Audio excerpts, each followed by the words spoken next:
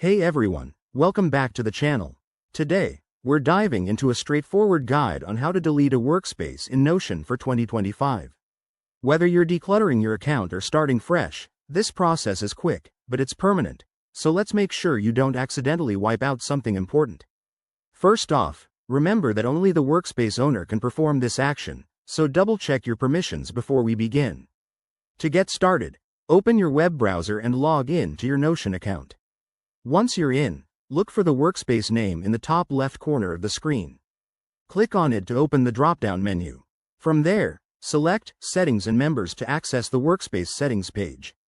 Now, scroll down on the Settings page until you find the Dangerous section. That's where Notion keeps actions that can't be undone. Look for the option that says Delete Workspace.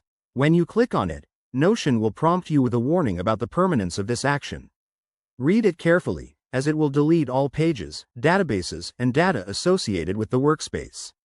If you're absolutely sure, type in the name of your workspace as prompted to confirm. Hit the delete button, and that's it. Your workspace will be gone for good. Before you do this, I highly recommend backing up any important data, maybe by exporting pages or duplicating content to another workspace. And just like that, you're all set. Deleting a workspace in Notion is simple, but always proceed with caution.